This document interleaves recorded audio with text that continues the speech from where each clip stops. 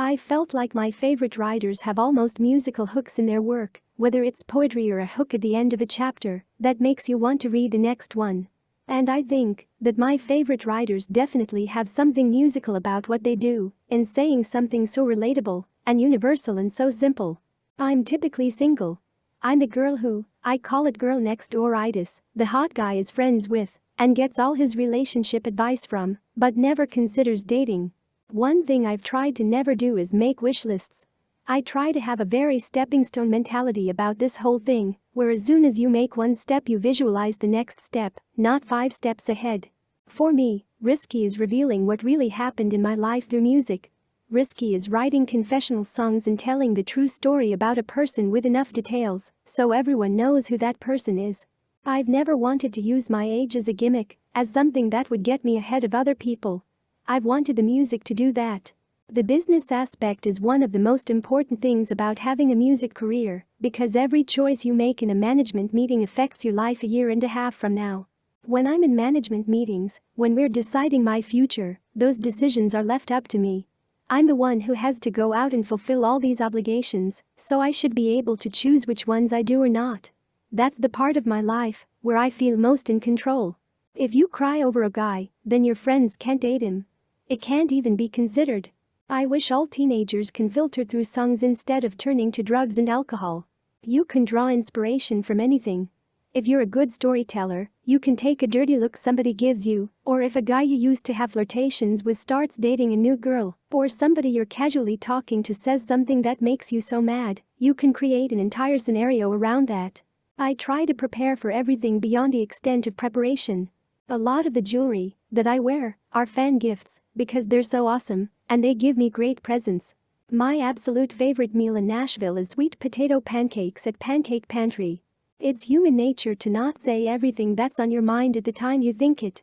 Because we fear saying something that people will laugh at, people will think is dumb. We're afraid of being embarrassed. I'm not really that girl who dreams about her wedding day. For me, genres are a way for people to easily categorize music. But it doesn't have to define you. It doesn't have to limit you. I think that the idea of having a different approach to every single one of my albums is so exciting to me. I never want to make the same record twice. Why do it? What's the point? Getting a great idea with songwriting is a lot like love. You don't know why this one is different, but it is. You don't know why this one is better, but it is. It sticks in your head, and you can't stop thinking about it. Since I was old enough to understand what a songwriter-producer is, I've had a curiosity about how Max Martin creates what he creates. I wanted to see that happen. I wanted to be there. I wanted to learn from him. Here's what I've learned about deal breakers. If you have enough natural chemistry with someone, you overlook every single thing that you said would break the deal. I have an obsession with knowing the answers to things. When I don't know what happened, it just bothers me, gets under my skin, and I need to write about it. I've never been shy or secretive with the fact that if you walk into my life, you may be walking onto a record. I look out at the stadiums full of people and see them all knowing the words to songs I wrote. And curling their hair. I remember straightening my hair because I wanted to be like everybody else, and now the fact that anybody would emulate what I do? It's just funny. And wonderful. I love making buckwheat crepes with ham, Parmesan cheese, and a fried egg on top. It's my go-to breakfast. I haven't had that one great love, which is good. I don't want that to be in the past, I want it to be in the future. I love being a part of the country music community. As your career grows, the list of things that makes you happy should not become smaller, it should become bigger. I have to work really hard to get the record deal, I have to spend years at it to get good. I have to practice to be good at guitar. People don't usually compliment your character. When you're singing you can hear the echo of people in the audience singing every single word with you, and that was that big dream that I had for myself. It's happening.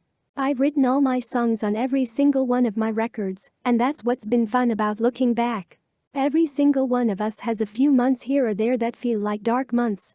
You can make a board for all the goals you want in your life with the pictures on it, and that's great. Daydreaming is wonderful, but you can never plan your future. I have so many playlists full of Rihanna, Nicki Minaj, Lil Wayne, Chris Brown. I always have to be writing. Rebellion is what you make of it. When you've been on a tour bus for 2 months straight, and then you get in your car and drive wherever you want, that can feel rebellious. Songs are my diaries. They always have been. You have to put your trust in everyone, because putting down those real, personal details and thoughts that make a song authentic also opens you right up. I am constantly misunderstood. A lot of people just don't get me. I think who you are in school really sticks with you. I can imagine it's hard to make a relationship last. I wouldn't know. I think Kenny Chesney or Garth Brooks would be the coolest duet partners. I look up to them so much for their work ethics. You can't generalize about an entire country, but I like the energy of British men. My definition of country music is really pretty simple.